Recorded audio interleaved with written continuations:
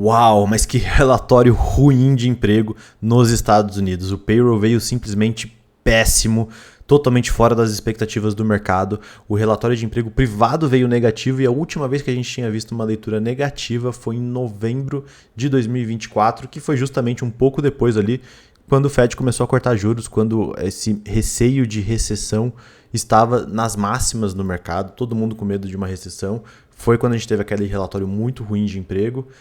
E agora a gente teve de novo, né? E totalmente fora das expectativas do mercado, ninguém estava esperando. Então, vamos falar mais sobre esse relatório de payroll, sobre esse desemprego nos Estados Unidos e o que esperar daqui para frente. Kevin aqui, pessoal, e vamos começar falando do payroll, tá? Porque de fato foi um número bem ruim. Se a gente olhar aqui, a expectativa do mercado era de uma criação de 58 mil novas vagas.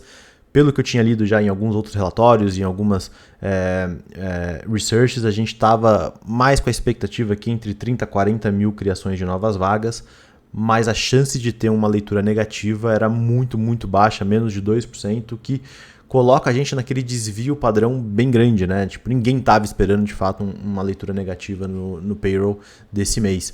E isso fez com que a taxa de desemprego nos Estados Unidos subisse para 4,4%, se distanciando da meta do Fed, de 4,2%, o que acaba colocando o Fed numa posição também ruim, né, em relação a isso.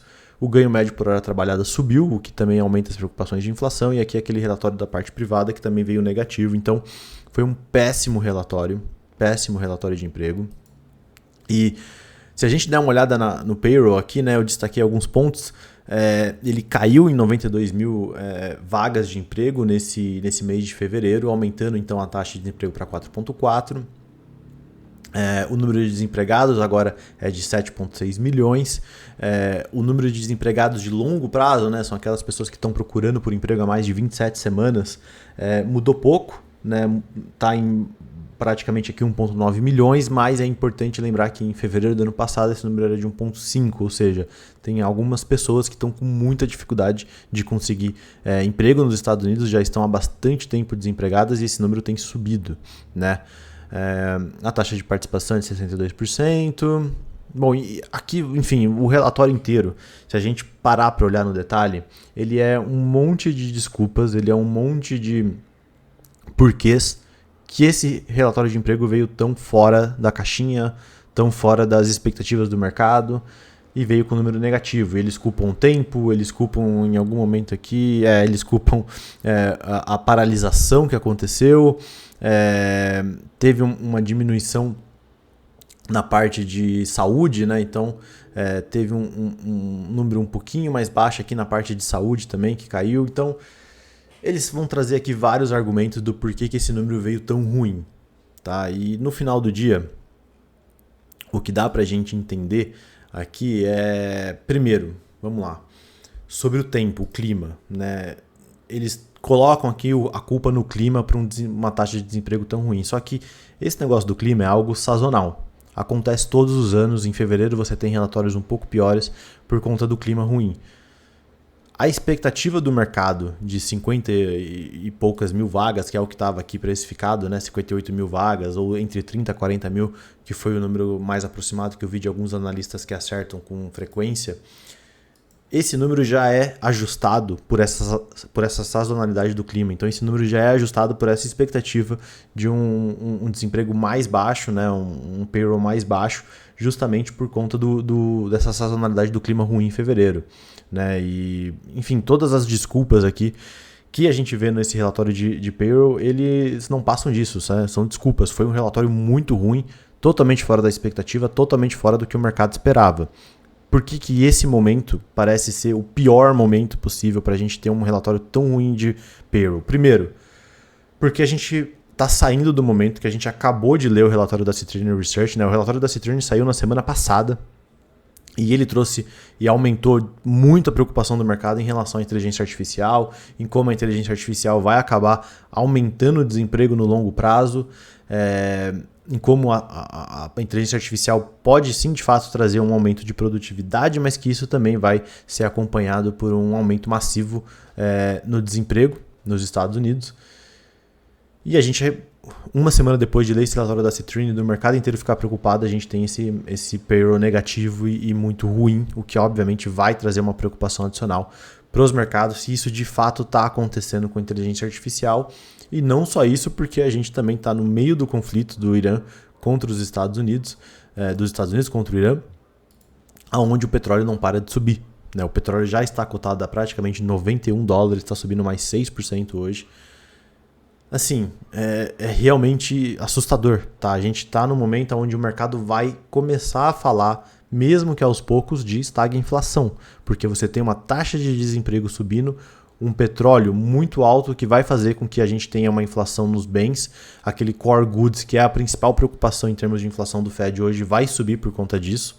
Então, o mercado eventualmente aqui nos próximos dias pode começar a falar de estagflação e isso vai talvez trazer aqui um cenário ruim para ativos de risco, para a bolsa. Talvez o mercado até comprou um pouco aqui, né? Fez um buy the dips aqui, logo depois do anúncio do payroll chegou a cair bastante o S&P. Agora está até tentando uma recuperação, mas muito tímida ainda. Se a gente der uma olhada, vamos até ver aqui como que está o Treasury de 10 anos. Porque assim, a expectativa é um pouco do que eu imaginei. Assim. Se você pensar pelo payroll, esse Treasury de 10 anos deveria estar despencando, né? Ele deveria estar caindo muito, porque a expectativa seria que o Fed vai ter que cortar juros talvez mais rápido ou mais, eventualmente por conta de um relatório de emprego muito ruim.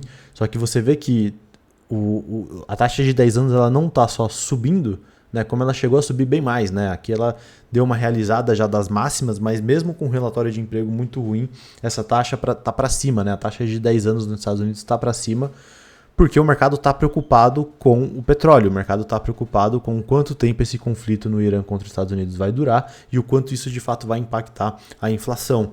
Se a gente der uma olhada nas taxas de 2 anos que refletem mais o corte de juros, elas sim caíram, tá? Então a taxa de 2 anos, por exemplo, que reflete mais essa expectativa do que o Fed vai fazer no curto prazo, ela está de fato caindo, está um pouco mais para baixo, mostrando sinais de que o mercado está preocupado e falando que o Fed vai ter que talvez cortar juros mais rápidos, né? Vamos dar uma olhada no Polymarket, onde a gente vê aqui como que tá as expectativas do mercado para corte de juros esse ano, tá? Não mudou tanto assim, né? A gente ainda tem aqui majoritariamente aqui o mercado precificando entre 1 a 2 cortes esse ano. Não teve grandes mudanças, mas o que a gente consegue ver é que o mercado está praticamente tirando do preço, tá?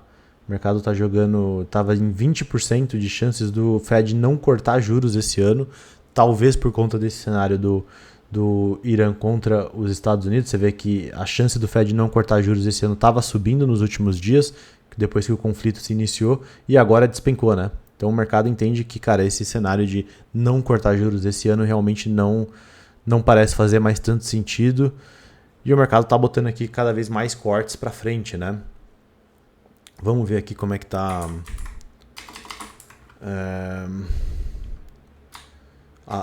a expectativa do fim. Eu já tô aqui já. Então aqui é como o mercado espera, né, que esse conflito termine, né? Quando que o mercado espera que esse conflito termine? Então o mercado está somente com 20% de chances de que o conflito termine até o final desse mês. Tá? Então o mercado de fato precifica uma chance, e eu gosto muito disso, tá? Porque aqui é o mercado precificando. Eu sempre acho que o mercado precifica muito melhor do que qualquer analista, do que qualquer pessoa. É o mercado que está precificando quando vai acabar vai ser o fim desse conflito entre o Irã e os Estados Unidos, a abertura, né, do Estreito de Hormuz para que a frota dos navios comecem a passar com mais calma e esse fluxo do petróleo volte ao normal. O mercado está precificando com 63% de chances de que isso só vai acontecer até o dia 15 de maio, tá? E somente 20% de chances de ser ainda esse mês, até o final desse mês. Se a gente ficar mais esse mês inteiro com o petróleo nesse patamar de preço, provavelmente a gente vai ver parte desse preço do petróleo mais alto sendo mostrado em algum momento na inflação, principalmente em core goods, principalmente na parte de bens. Esse preço do barril de petróleo mais alto por tanto tempo até o final do mês provavelmente vai acabar aparecendo na inflação. E o Fed agora se colocou nessa posição muito ruim, né? Assim, não se colocou, mas foi colocado lá pelo Trump e pelas decisões do governo, porque ele está vendo o desemprego subindo, o que chamaria para corte de juros. Ao mesmo tempo, ele não tem tanto espaço para cortar juros por conta da inflação mais alta. Primeiro, por conta das tarifas que o Trump já tinha feito lá atrás, que está impactando a parte de bens nos Estados Unidos, e agora também por conta do preço do barril de petróleo mais alto, que também vai fazer com que essa inflação fique mais persistente, mais alta e que vai dificultar a vida do Fed cortar juros. E a gente sabe que o próximo chairman do Fed vai ser o Kevin Warsh. Ele é totalmente contra a impressão de dinheiro, ele é totalmente contra a impressão monetária. Ele tem uma cabeça sim de cortar juros, como o próprio Trump ressaltou, mas se a gente precisar de um resgate do Kevin Warsh, se os mercados precisarem de um resgate dele com a impressão de dinheiro, talvez ele não seja essa pessoa, talvez ele não seja o cara que vai fazer isso, e aí a gente pode de fato ver uma crise de verdade. Então, muito preocupante, a gente está numa sexta-feira, indo para o final de semana, a gente sabe que o Trump gosta de agir durante os finais de semana, porque é quando os mercados estão fechados e ele pode talvez fazer as coisas com um pouco mais de calma. Ele até postou na Truth Social falando que ele espera uma desistência aqui incondicional do Irã, né, que eles de fato desistam, e ele fala sobre a mudança de uma liderança no Irã para que o Irã volte a ser de novo uma grande nação com uma grande economia, né? Então o Trump já está clamando aqui por alguma coisa grande que pode acontecer, e a gente está indo para o final de semana, os mercados deveriam definitivamente estar preocupados.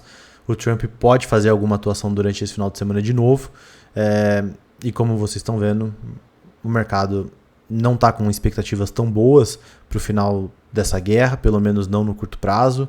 O preço do barril de petróleo não para de preocupar, e isso continuar subindo vai trazer novas preocupações, vai trazer novas quedas para a bolsa, porque nada disso de fato está no preço. Se a gente tiver um petróleo de 90 a 100 dólares por um tempo muito longo, não está no preço dos mercados ainda.